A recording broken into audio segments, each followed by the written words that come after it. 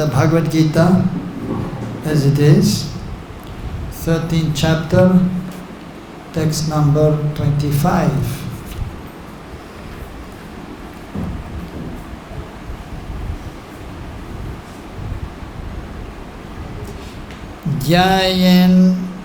Dhyānenātmani paśyanti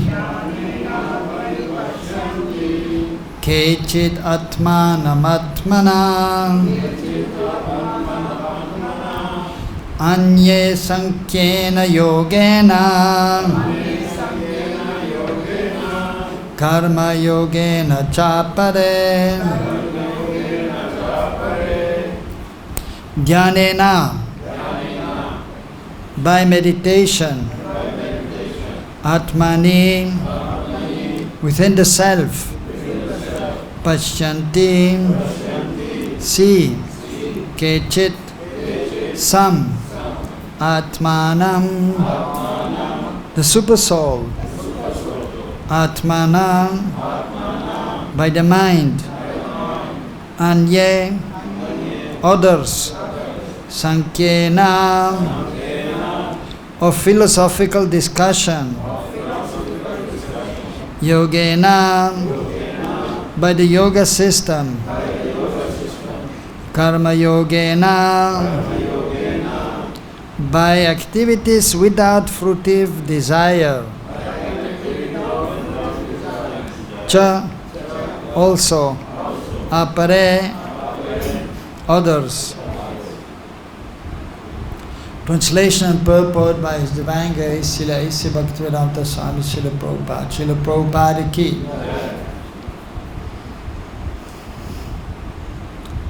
Translation. Some perceive the Supersoul within themselves through meditation. Others through the cultivation of knowledge. And still others through working without fruitive desires. Purport. The Lord informs Arjuna that the conditioned souls can be divided into two classes as far as man's search for self-realization is concerned. Those who are atheists, agnostics, and skeptics are beyond the sense of spiritual understanding. But there are others who are faithful in their understanding of spiritual life, and they are called introspective devotees, philosophers, and workers who have renounced fruitive results. Those who always try to establish the doctrine of monism are also counted among the atheists and agnostics. In other words, only the devotees of the Supreme Personality of Godhead are best situated in spiritual understanding because they understand that beyond this material nature are the spiritual world and the Supreme Personality of Godhead, who is expanded as the Paramatma, the Supersoul in everyone, the all-pervading Godhead. Of course, there are those who try to understand the Supreme Absolute Truth by cultivation of knowledge, and they can be counted in the class of the faithful. The Sankhya philosophers analyze this material world into 25 elements, and they place the individual soul as the 25th item. When they are able to understand the nature of the individual soul to be transcendental to the material elements, they are able to understand also that above the individual soul there is the Supreme Personality of Godhead. He is the 26th element. Thus gradually they also come to the standard of devotional service in Krishna consciousness. Those who work without fruitive results are also perfect in their attitude. They are given a chance to advance to the platform of devotional service in Krishna consciousness.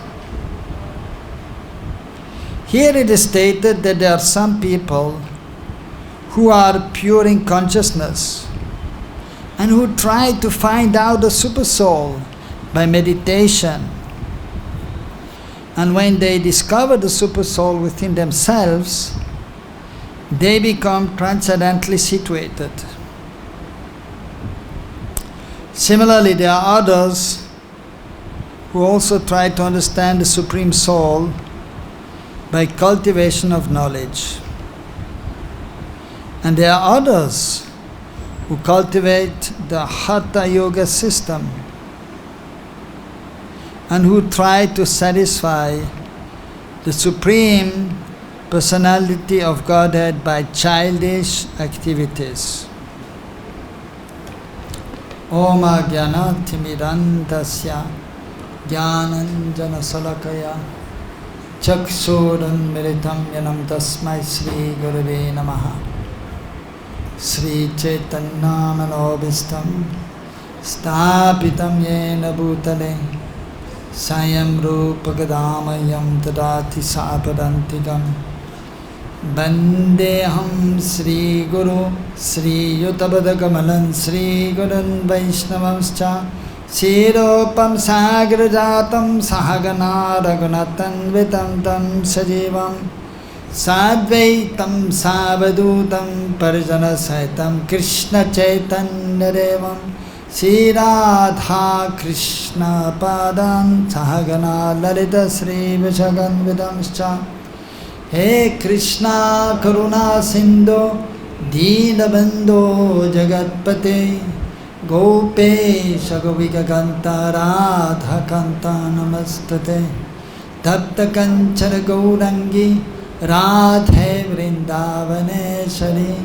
Prishabhanu Sute Devi Pranamami Hari Priya Vanchakalpatarubhascha Kripa Sindhu Vyahevacha Paritanam Pavanebhyo Vaishnavebhyo Namo Namaha.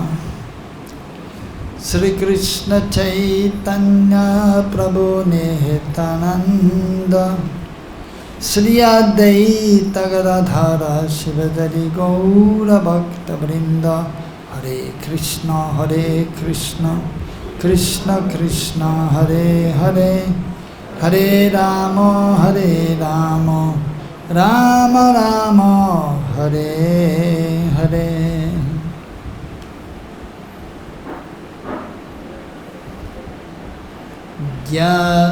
dhyānenātmani paśyanti kecid ātmānam anye sāṅkhyena yogena karma-yogena cāpare. Some perceive the Supersoul within themselves through meditation, others through the cultivation of knowledge, and still others through working without fruitive desires.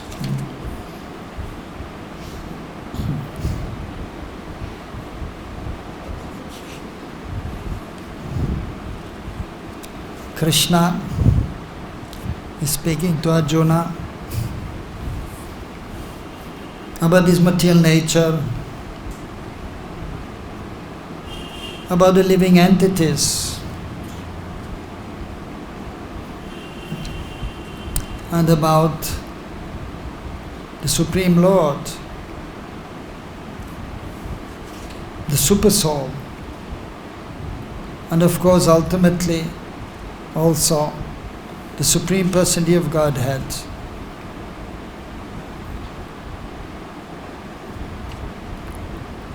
So it's explained that one who is understanding this philosophy regarding the subject matter of material nature, the living entity. So he may become liberated. So as Prabhupada is explaining also in the purport about the Sāṅkhyena yoga philosophy. Kapil Dev, an expansion of Krishna. So he came in this material world and he gave his knowledge of Sāṅkhyena yoga, the analytical study of this material world, the material elements. And then is explained here by Prabhupada. Then beyond that, beyond material nature, the living entity is there. And is mentioning here as a 25th element. And then the Supreme Personality of Godhead, or the Supersoul, is there as the 26th element. So ultimately the goal of all yoga systems is to understand that we are not this body, that we are spirit soul. Jivere Supoi Krishnera Nityadas. And that we have a relationship with the Supreme Being, with Krishna.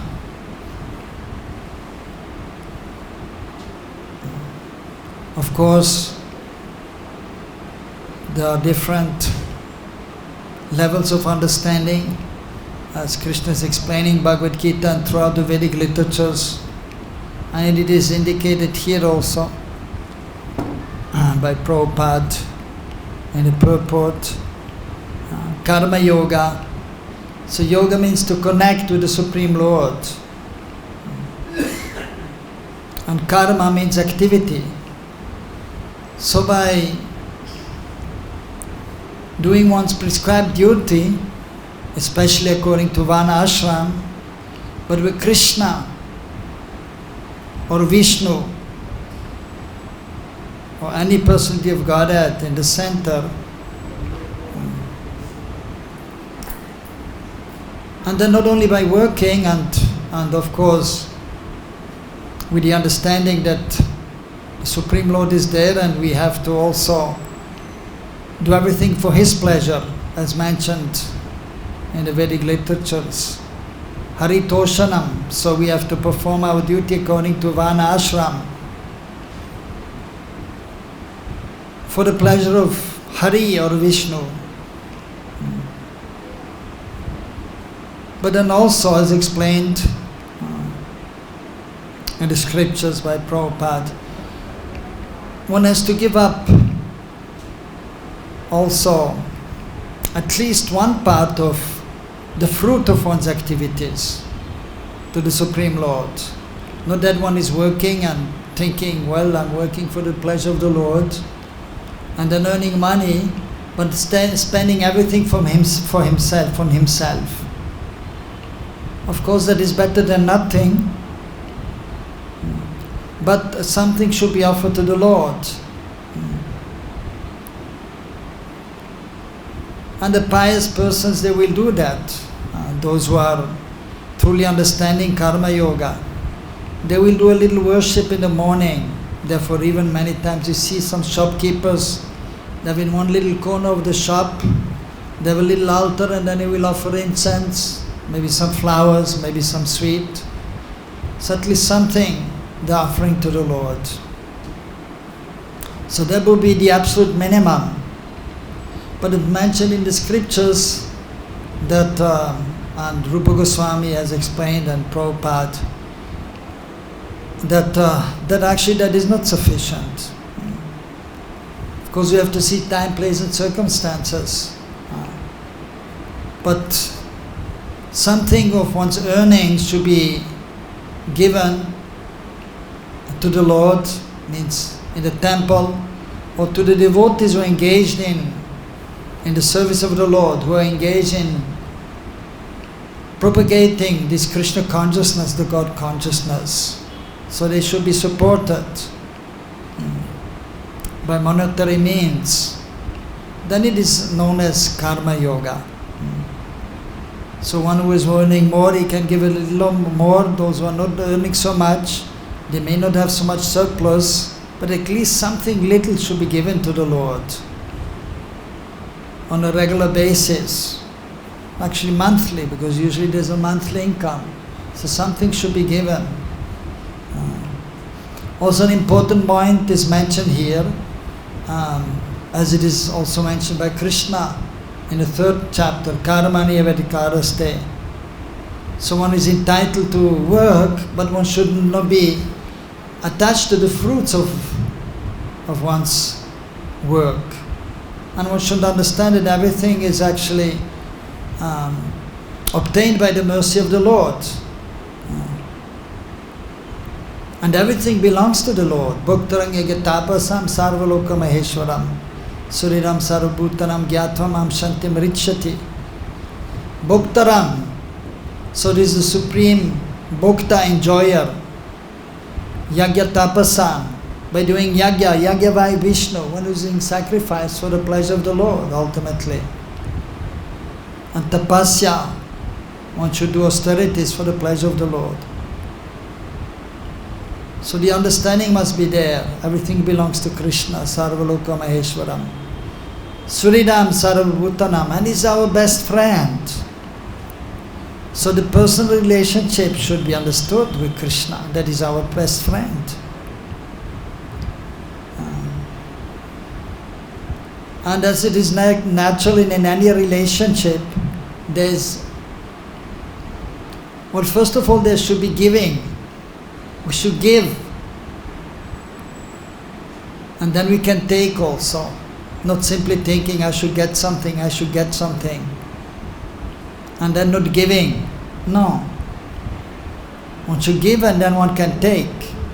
That is in any relationship in this world, even between husband and wife. So the wife is serving the husband, and then the husband will also satisfy all her desires. She wants some nice clothes, saris, some jewelry, this and that, and ultimately a child. And then the able husband, he will give whatever she needs, whatever she wants.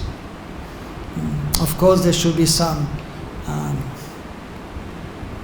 control there also. And even also amongst friends.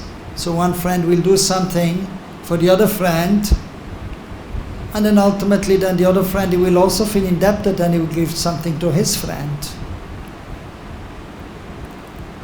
But always the mood should be there, I should give, not I should take. I should give. And then one may receive also. And also an important point, one should give without expecting anything in return.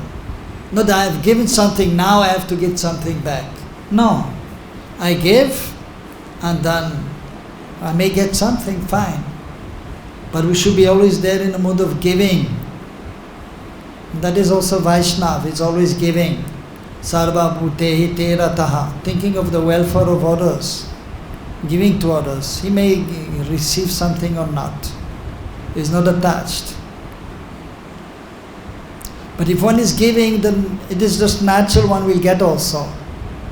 If one is positive in his thinking, then everything will be positive. So Krishna is always with us as a Supersoul for the conditioned soul. In a more advanced stage, then Krishna personally is there, Bhagavan. But in the conditioned state, we cannot see the Supreme Lord. The Supersoul, neither can we see the Supreme Lord. But in the beginning, the Supersoul is there helping the Jiva, the embodied being, to be properly situated, especially if the Jiva is trying to follow the Vedic literatures, especially by taking shelter of the representative of the Lord, the spiritual master, the advanced devotees.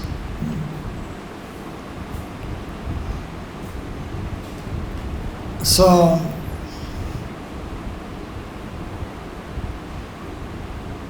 we have to understand this point. And that is truly karma-yoga, if one is understanding this point, and trying to, of course, ultimately advance further. And Jnana Yoga is there by cultivating knowledge also about the Supreme Lord, about the process of devotional service, and is explained here about the material world, the material elements, the three modes of material nature, how the three modes are interacting. Sometimes mode of goodness is there, sometimes mode of passion, sometimes mode of ignorance, and sometimes the modes are mixed also. Just like during the day, morning time is considered mode of goodness, and that is the best time for meditation, for performing devotional service or doing japa, worshipping the Lord. And then during the day, mode of passion is there, everyone is working mainly to earn money, to maintain his life, to be able to enjoy also. And evening time and night time, then is mode of ignorance. At the same time, we can see that it depends on the individual also. In the morning time, many people, you can see they are in a mode of ignorance, although the mode of goodness is there, but they are not getting up in the morning. They're sleeping till 6 o'clock, 7 o'clock. That means they are in the mode of ignorance. Although the mode of goodness is there, but they themselves are in ignorance. Or sometimes they get up, but then they are in passion already in the morning. They have to drink something, they have to eat something, they have to see what's going on in the world, watching the news or whatever, and maybe even early morning watching some movie or something, materialistic persons. Already in mode of passion, although the mode of goodness is there. And similarly, even when the mode of passion is there during the day, but those who are highly advanced, they will be always in the mode of goodness, at least. And they will still chant the holy names during the day also, or they may worship the Lord. Study the scriptures, especially the brahmanas. They are always situated in the mood of goodness, any time. Evening time also, when the mood of ignorance is coming, evening time, night time. And the ghosts and hobgoblins are sometimes moving around at time of sunset. But the devotees, when in the mood of goodness, they are engaged in auspicious activities. So for that purpose it is important to gain knowledge, and this way connect with the Lord. Jnana.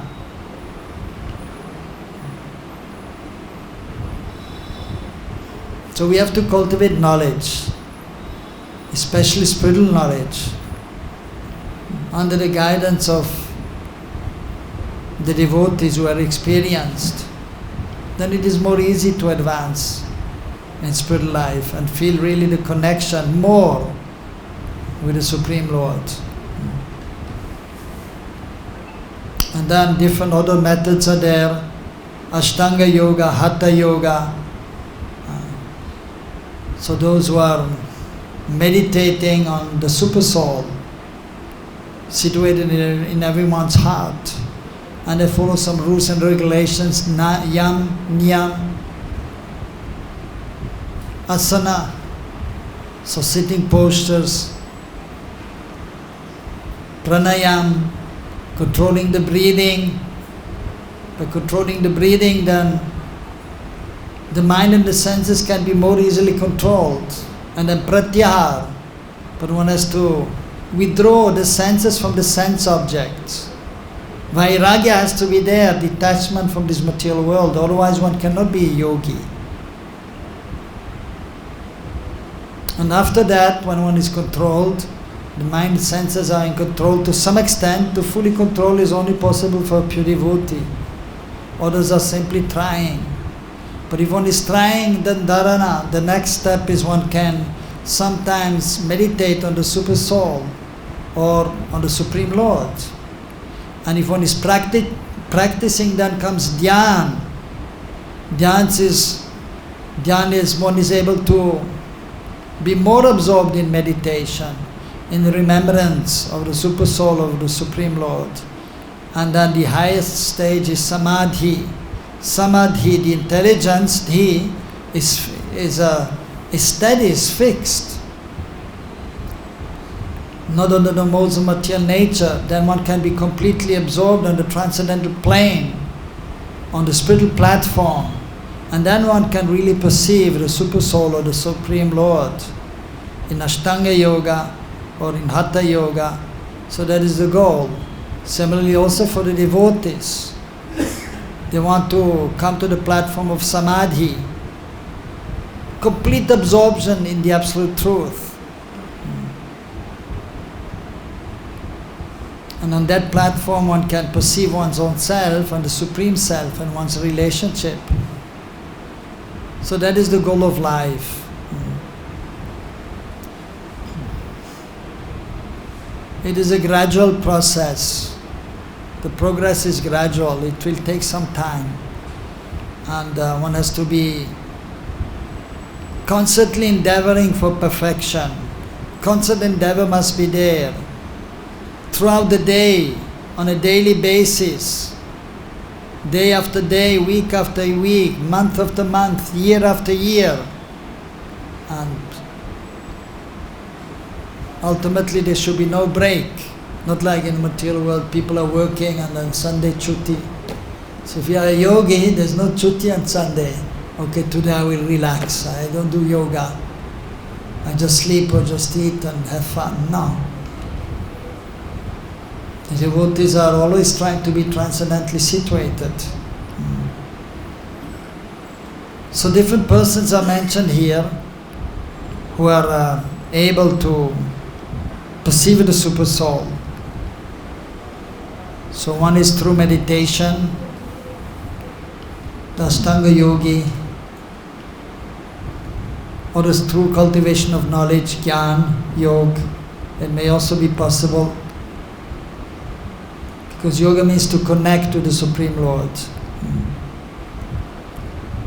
And then also by working karma-yogena. But the point is, as mentioned here, by working without fruitive desires, so being not attached to the results of one's work. So karma yoga, jnana yoga, and then dhyan yoga or sāṅkhyena yoga. So different terms are there. So these are all bona fide process and they're all helpful to make some advancement in spiritual life. And even as mentioned here, to perceive to some extent the Supersoul. And as explained, so the more and more one is advanced, the more one can be absorbed. It may be either through karma or jnana or ashtanga yoga. But ultimately, so as it is explained in various places in the Bhagavad-Gita, one has to enter into devotional service towards the Lord. One has to adopt bhakti-yoga. So one has to connect with the Supreme Lord through devotional service, bhakti.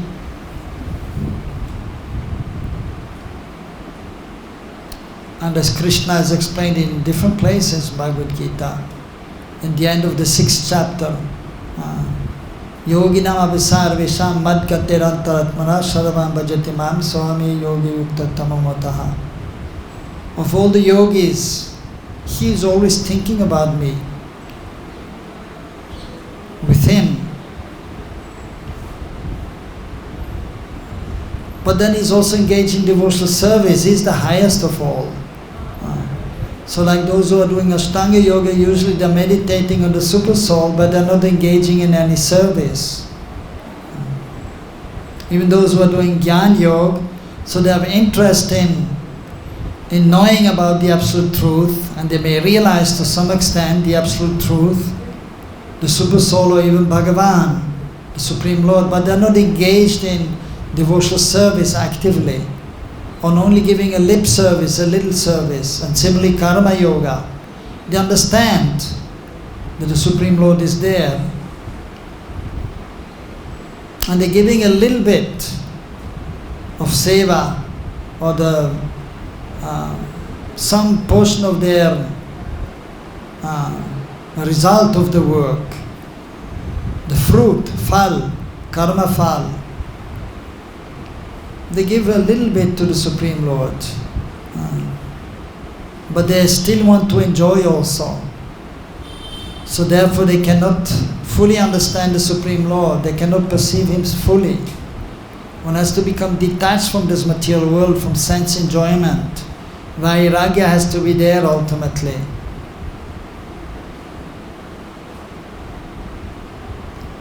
So Vairagya vida nija bhakti-yoga sikshatamika purusha purana se Krishna chaitanya sharir-dhari kripam bude yastamaham prapadye. There's a verse from Sarvabhauma Bhattacharya, a great devotee of Chaitanya Mahaprabhu. So he's explaining, I'm surrendering to Sri Chaitanya Mahaprabhu. Vairagya vidya nija bhakti yoga. So he is giving this process of connecting with the Lord. Sikshatam eka purusha purana. So he has come to, he's the Supreme Lord, but he came as a devotee. So he's Param Purush, Purushottam, Swayam Bhagavan. But he is coming as a devotee to show us how to engage in devotional service.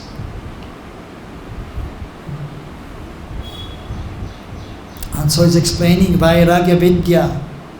So some detachment has to be there. Vidya, one has to gain some knowledge, transcendental knowledge.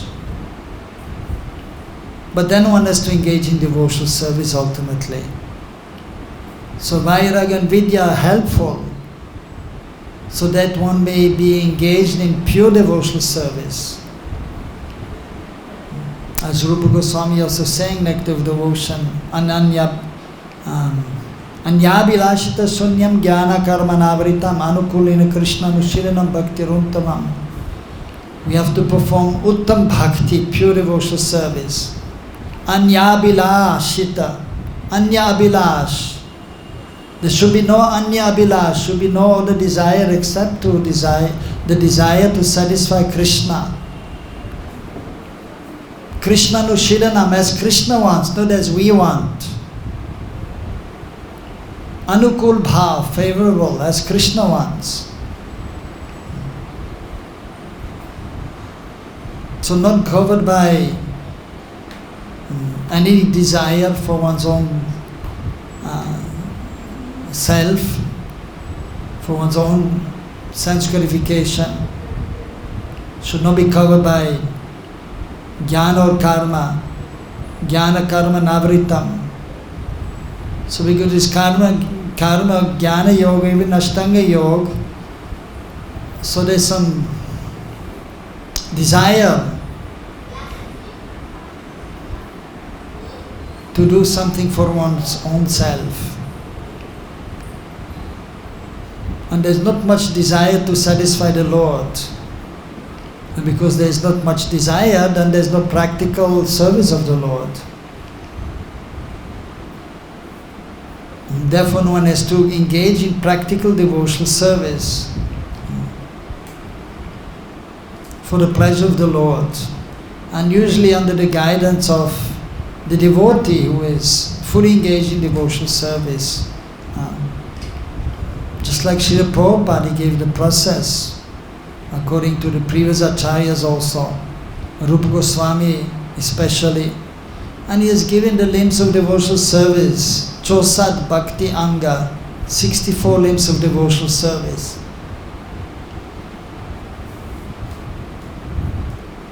So what is the first limb of devotional service? Hearing, Shravanam? Guru Pad Ashray, taking shelter with the spiritual master. Because what are you hearing?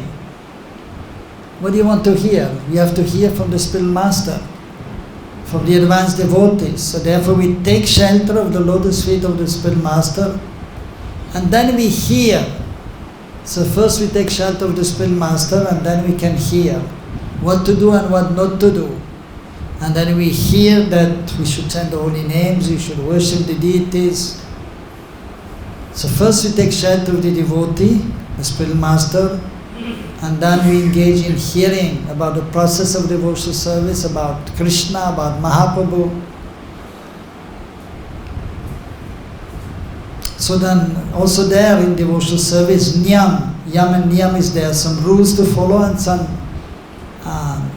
prohibitions are there. But the most important is to hear about Krishna.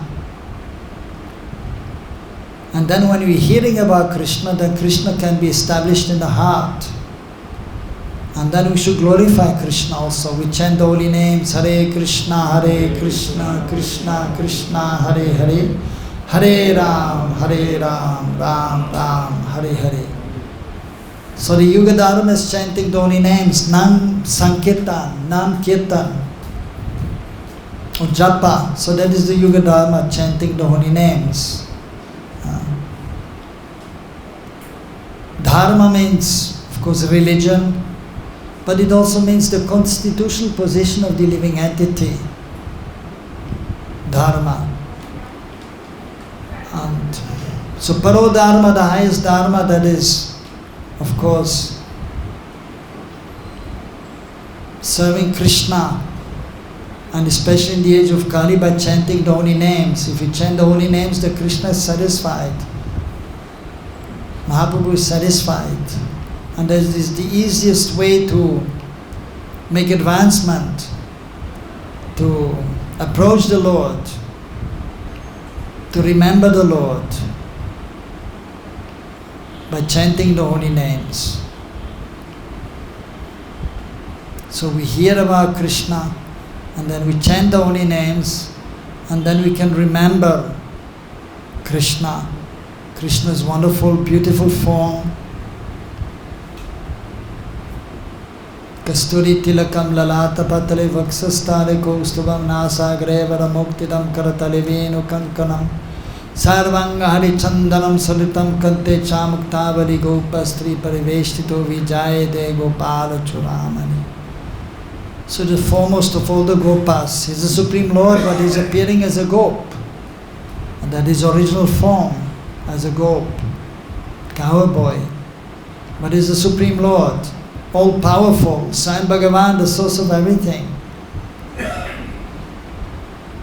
On his forehead he has beautiful tilak.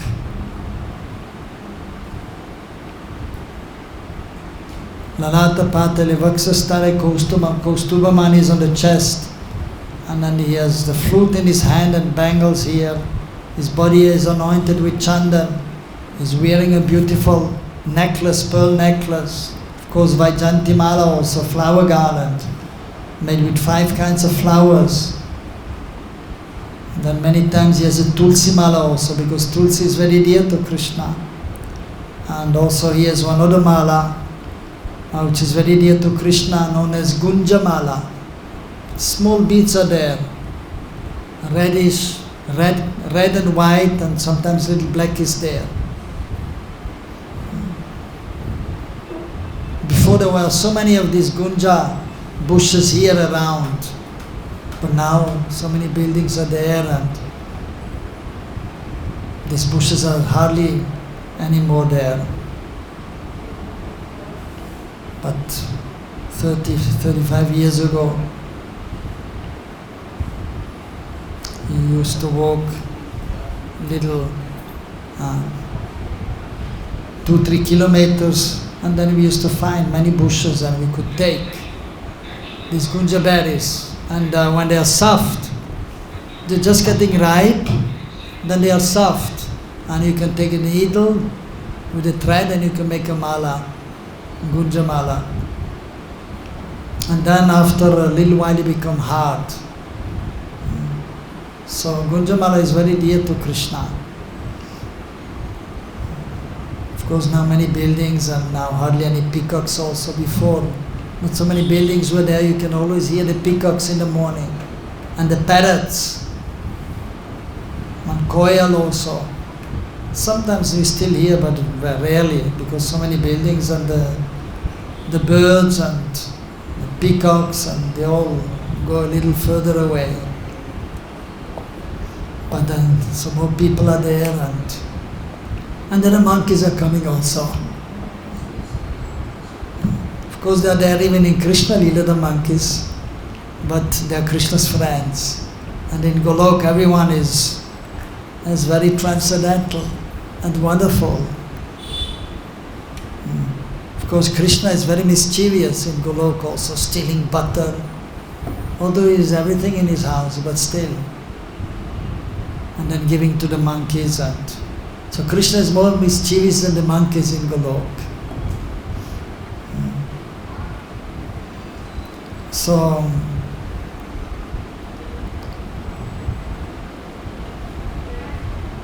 ultimately one has to be absorbed in Krishna.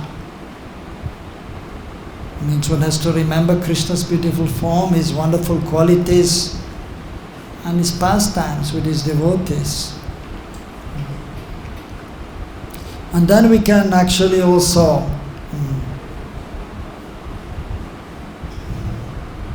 realize our own self, and then one can be properly and fully absorbed. That is known as samadhi. So it is a very gradual process, and it will take some time to come to the highest stage of pure devotional service. But one has to try one's best, and one has to endeavor. So we are very fortunate that we are here in Vrindavan Dham. We are fortunate to be in the wonderful movement created by Srila Prabhupada, and we have the opportunity to serve the Supreme Lord in the temple in the Yacha Vigraha form. So Krishna is directly present there, because in the beginning stage we can not see Krishna.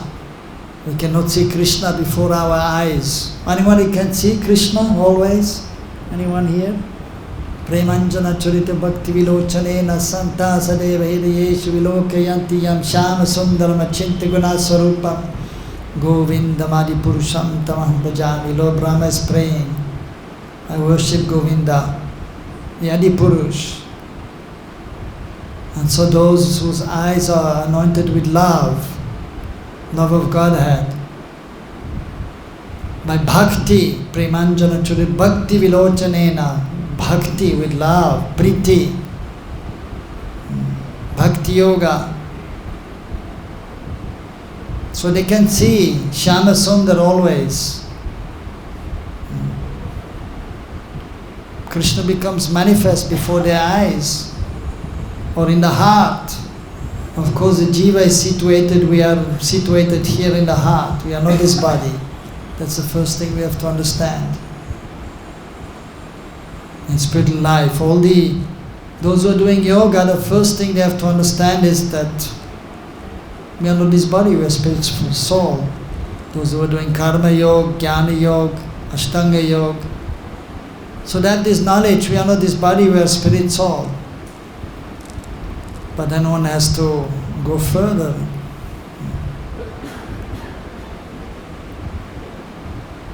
And so then by cultivation of knowledge, by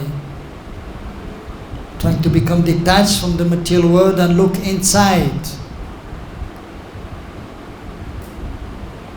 by being introspective, then we can understand that we are different from this body, and then we can see Krishna inside, because this Krishna is in our heart. And then even because the body is there and we are acting with this body, but then the devotee, they can see Krishna outside also. Not only the temple, but where they are, they can see Krishna, because they have love for Krishna, because they want to see Krishna always. So therefore they can see Krishna always, and they can see everything is connected to Krishna. Krishna is everywhere and everything is in Krishna. So that is possible to realize Krishna's beautiful formed by bhakti-yoga. Even sometimes it is explained as buddhi-yoga. Buddhi means intelligence. One has to use one's intelligence also. Of course, material intelligence is not sufficient. We have to pray actually for sadhubuddhi, transcendental intelligence. Because intelligence in the material world, so of course somebody may be in the mode of goodness. So there's intelligence in the mode of goodness, there's intelligence in the mode of passion, intelligence in the mode of ignorance. So those who are in the mode of ignorance, they are not very intelligent actually. Those who are more in the mode of passion, they are a little more intelligent. Those who are in the mode of goodness, they are more intelligent, most intelligent. But in order to understand Krishna, ultimately we have to have transcendental intelligence. So we have to pray for transcendental intelligence. So we have to try to be situated on the spiritual platform. And then we may perceive the Supersoul and Krishna. Of course, the devotees, they are not so much interested in the Supersoul, because ultimately our relationship is with Krishna, or with Vishnu, or with maybe Ram also. But the Supersoul is in the material world and is helping us. But ultimately then the Supersoul is simply an expansion of Mahashankarshan, Vishnu. So we may take the help of the Supersoul, but ultimately as devotees we pray to the Supreme Lord, to Mahaprabhu, to Krishna, in order to come to the highest stage of pure devotional service, so that we can see Krishna as He is. And that is ultimately the goal of life. So different processes are mentioned here, which we may adopt in order to advance more and more. But we have to understand that, as Prabhupada is also mentioned here, that in other words, only the devotees of the Supreme Personality of Godhead are best situated in spiritual understanding. So the devotees, they are properly situated. Whereas others, so they are not properly situated. Those who are doing Ashtanga Yoga, so that is on the lower level. Of course, even Mayavadis are there, they are even lower level.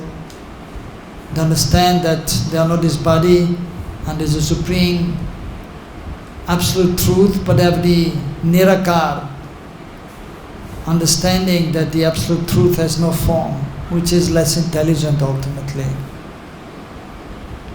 So the devotees are most fortunate, so we are most fortunate. But even as devotees we have to try to advance more and more, as even explained by Rupa Goswami, in act of devotion. We should, in the beginning, faith is there in the process, we adopt the process. But then we have to go further. We are in the association of the sadhus, sadhu sangha, then we can do proper bhajan. Then the anatas, unwanted things in the heart, they will go away. And then one can be fixed and one gets a transcendental taste for spiritual activities, ruchi. And then one can become attached to Krishna Shakti and detached from the material world. And then one can realize Krishna's beautiful form and one's own transcendental form and our relationship with Krishna. So that is the goal of life. So we have to see as devotees also that we can advance gradually, step by step.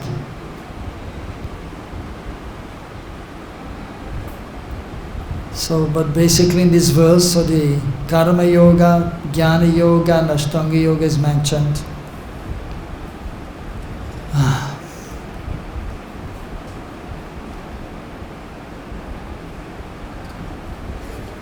But ultimately everyone has to come to bhakti-yoga, as Prabhupada is mentioning the purport and as Krishna is also explaining to Arjuna. That is the last word in spiritual understanding, is the personal form of the Lord and bhakti-yoga. Serving Krishna for Krishna's pleasure without ulterior motives. But then if you serve Krishna in this way, just for Krishna's pleasure, then it doesn't mean, as Krishna has explained also, it doesn't mean we'll be bereft of the results of, for example, those who are doing karma-yoga, dhyāna-yoga, ashtanga-yoga. They may do that to get some result. But as devotees, simply serving Krishna, then whatever is needed in order to live peacefully in this world, that will also be achieved. And one will always have a place to stay, some prasad and some cloth. Whatever is required, that will be supplied by Krishna himself, or even through the through his agents. So everything will be arranged if we surrender to Krishna.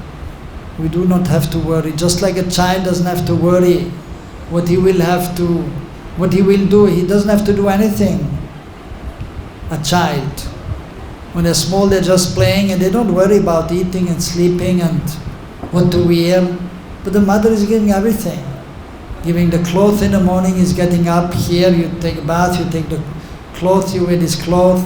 In the beginning she's helping, when he's a little bigger he can put on the cloth himself. And then the breakfast will be ready. He doesn't have to do anything. Then he's going to school a little bit, he's coming back, the lunch is back. And afternoon some studying and then playing, and then evening time dinner. He doesn't even have to ask. Sometimes the children are playing and they're playing and playing, it becomes night time, the mother is calling, come back, come back. And then they're coming back and they will get something to eat. They don't have to worry at all.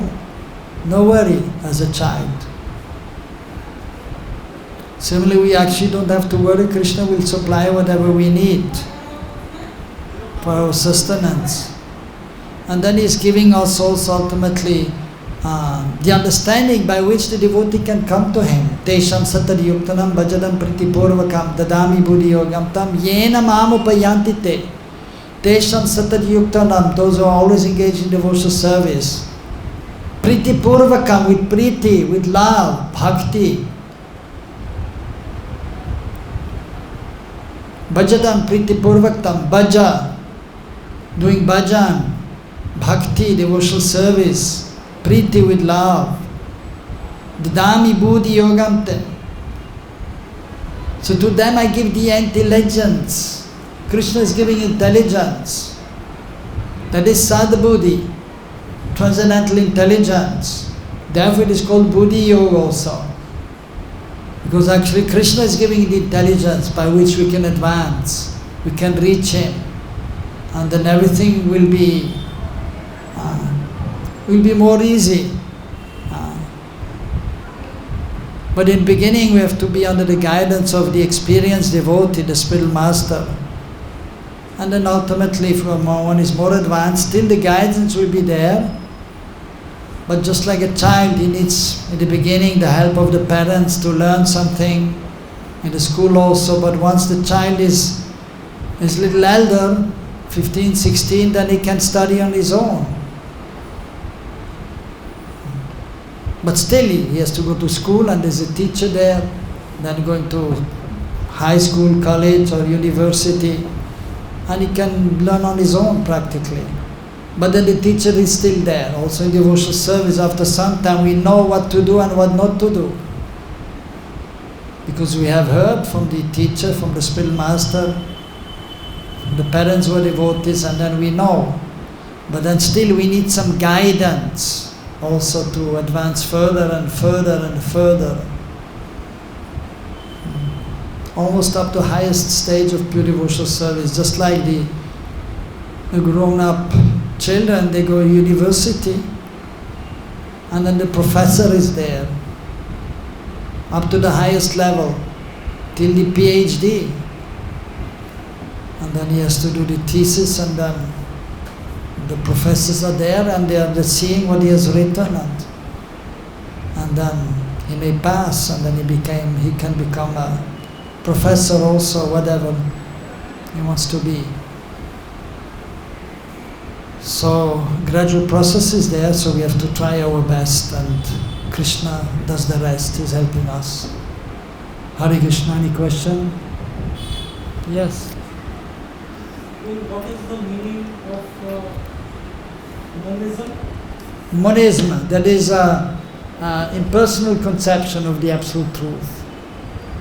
Monism, that everything is one, the absolute truth is one, we are part of the absolute truth. But impersonal conception, the absolute truth has no form. And I, as spirit soul, also have no form. I'm just a little spark. And then I will, in perfection, I will merge in the absolute truth, in the Brahma Jyoti. That is monism. And in the last sentence of the paragraph, it is mentioned that similarly there are others who also try to understand the Supreme Soul by cultivation of knowledge, and there are others who cultivate the bhakti-yoga system and who try to satisfy the Supreme Personality of God by childish activities. Yes. So, what does Prabhupada mean by this sentence? Childish activities. Yeah. Because bhakti-yoga is a bona fide system, no? Yes, Ashtanga Yoga and Hatha Yoga is a bona fide process. Yeah, yes. So why Prabhupada is writing childish activities? What does it mean? Because Prabhupada is self-realized. Prabhupada is self-realized, is properly situated, and is teaching about the highest pure devotional service, about bhakti-yoga. And so all the other kinds of systems which are there, karma-yoga, jnana-yoga, ashtanga yoga, is a child play. Just like a child is playing something, is making going to the beach and making a kind of little construction, and then even children, for example, they are playing together. Okay, now we'll become doctor. And then one is becoming the patient, one child, and the other is the doctor. Okay, you have this problem, and I'm doing operation now. It's a child's play, childish activity. So for the pure devotee, all the other processes, and the persons who are doing these different kinds of processes, these are childish activities. Actually, it makes no much sense. Like the children, they're playing, ultimately, for an elder, it is a kind of nonsense what the children are doing. There's no use ultimately. But they're children, so this childish activity, okay, they're children, they don't know what they have to do, they're small, 5, 6 years old, they're just playing, childish activity. And there's no use of that, ultimately. And it is almost, for the adults, there's no use, and it is nonsense practically, but because they're children, and they have to grow up, and then it is natural for the children to play, so it is known as childish activity, and it is fine. So similarly, for the realized soul who is engaged in devotional service, which is natural position for the jiva is to serve Krishna constantly. But doing this kind of karma yoga, working this material world, actually it makes no sense. Actually it is nonsense. Working in this world, trying to get a house or something, and then family, and then sense enjoyment, and Krishna is not there. It is just a childish play, just like a child doing something has practically has no sense. It is nonsense ultimately. But anyhow, they are conditioned, and they may do in this way, and then the pure devotee is saying anyway what to do. They are just like small children. They don't know what they should do. So they are doing karma yoga, they are doing jnana yoga, ashtanga, sitting in one place, meditating on what? Meditating on nothing. What is this? It is nonsense, no? Meditating on nothing, it is ultimately nonsense. Or even meditating on the Supersoul, then what? Ultimately, The Supersoul is there to help us to understand that we have to serve Krishna, Bhagavan, the Supreme Lord. That is the normal situation for every jiva. So, but if one is not situated in that, then everything is like a child's play. It's just a kind of play, and practically there's childish activity, and practically is no sense. Like the child again at the beach is making some kind of castle, and then after the wave is coming, and then everything is destroyed, or he himself is going home, and then some people are passing by, they are stepping on that, just wasting the time. That is childish activity, wasting the time, wasting one's life. So karma-yoga, jnana-yoga and ashtanga yoga is just childish activity ultimately. They're just wasting their time, wasting their life, because everyone is meant to serve Krishna. So that is the meaning of childish activity.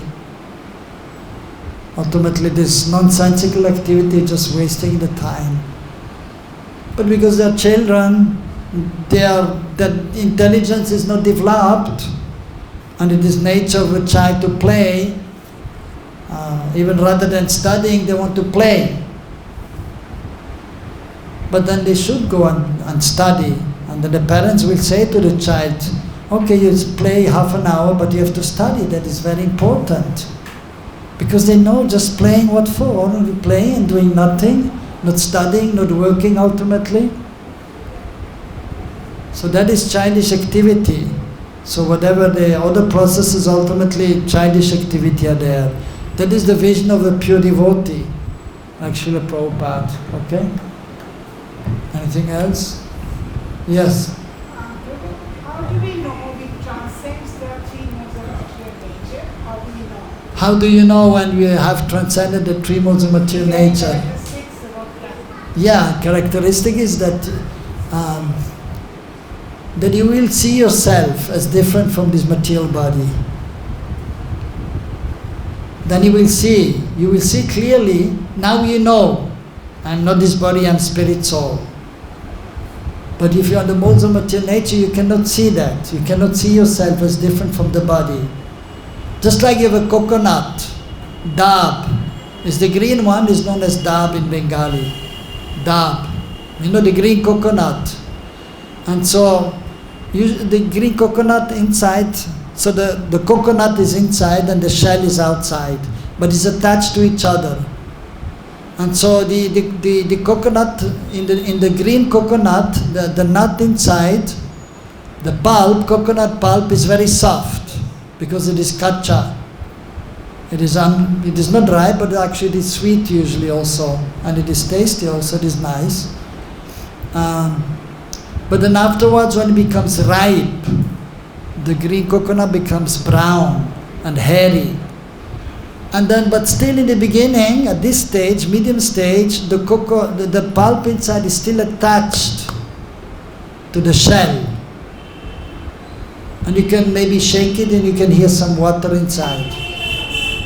But then afterwards it will dry and there's no water inside, and the pulp which is inside will become detached from the coconut, from the shell, and then you can shake it, you can hear tock, tock, tock, tock, tock, tock, tock, because the pulp is different from the shell, the coconut. It is completely different. It is detached. So similarly, when you are transcendently situated, then you are not attached to the body, you are detached. Then you are situated in the self. Then you can see yourself different from this body. Then you can see you're different from the modes of material nature. It's kind of a personal experience. Yes, it is personal experience, realization. Atma sakshatkar. Atma sat sakshatkar. Direct perception of the self. There is no external feature by which you can, like if you are more of ignorant, Well, yeah. No, the externally you can see also. I mean, a devotee who is realized, so he's always engaged in spiritual activities. The devotee will always be chanting, he will be serving the Lord, he will be speaking about the Lord.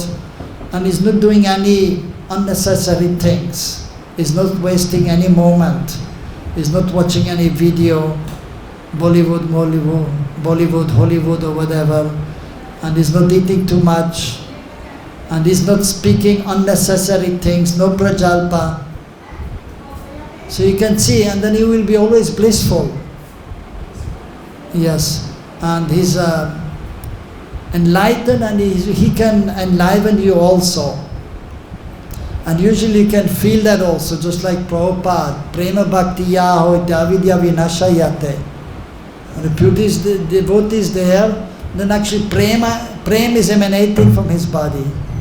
And that will come on us also, we can feel that also. If you are around a pure devotee, you can feel something special. And then you will be more inspired to serve or to chant the holy names when a pure devotee is there.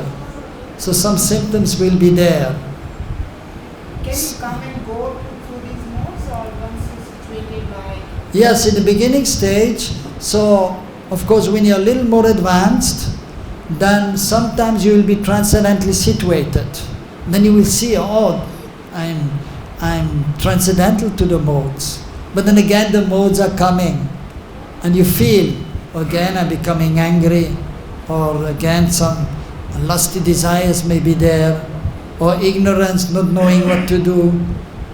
So that is there. Sometimes the practicing devotee sometimes is transcendently situated. But because it's not yet advanced, then again modes of material nature are there.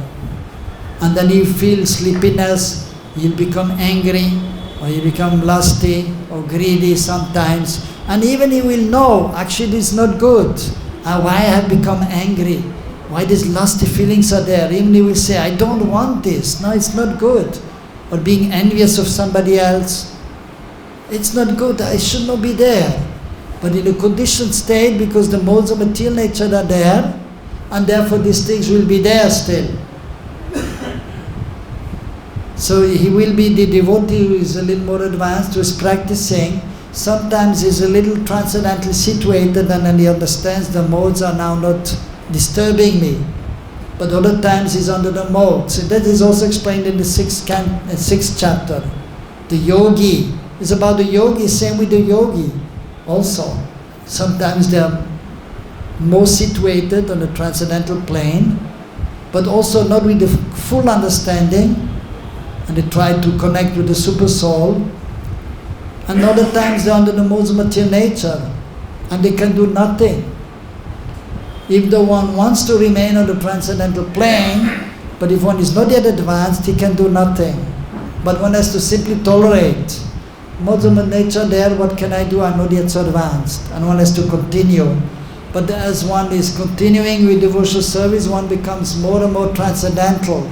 And the modes of material nature, they are less and less disturbing the devotee. Less and less. Especially the lower modes of passion and ignorance. They are less and less. And then one may be more in goodness. So like even one time Prabhupada said about one of his disciples, Bhakti Churu Maharaj. He was saying about him, so he was from Bengal, if you know him, Bhakti Churu Maharaj. And so he very quickly became very dear to Prabhupada and was doing wonderful service. And so he quickly got first initiation, second initiation, then sannyas also. In a very short time. Because due to previous impressions, purva samskar, he was already advanced when he met Prabhupada. So Prabhupada one time was saying that he is nicely situated in devotional service. And so sometimes devotees, they will fall down and they even leave the movement, or they do something wrong. And Prabhupada saying about the Churu Maharaj, if he is falling from the transcendental platform, he will fall only in the mode of goodness. Means he was completely situated in mode of goodness at that time already, and then also becoming transcendental. So whereas others, there's sometimes mode of passion, sometimes mode of ignorance, but the more you are advanced, the more you will be in the mode of goodness. And then from there it is easier to remain on the transcendental plane. So therefore it is important to cultivate the mode of goodness also. One has to know what is the mode of goodness. So not eating too much, not sleeping too much, and even in the foodstuffs, we should know what we should eat, what is good for our body, so that we can always be in the mode of goodness. And our surroundings should be in the mode of goodness. Where we are staying, the room should be clean, preferably environment. So staying in the temple is a mode of goodness. Of course it is transcendental, but we have to be transcendental also. But from the point of view of the material nature, it is a mode of goodness. So the surroundings should be in mode of goodness. The eating should be in a mode of goodness. Our thinking should be in a mode of goodness, meaning not trying to control the anger, the greed, which may come. No, it is not good. I have to control that. Let me be positive, not have bad thoughts about somebody else, but be positive in thinking about others. Positive, seeing everything as positive in life, even if difficulties are there. So these are symptoms of the mode of goodness. And then you can become situated on the transcendental plane. And so those who are transcendently situated, so they are situated in pure goodness.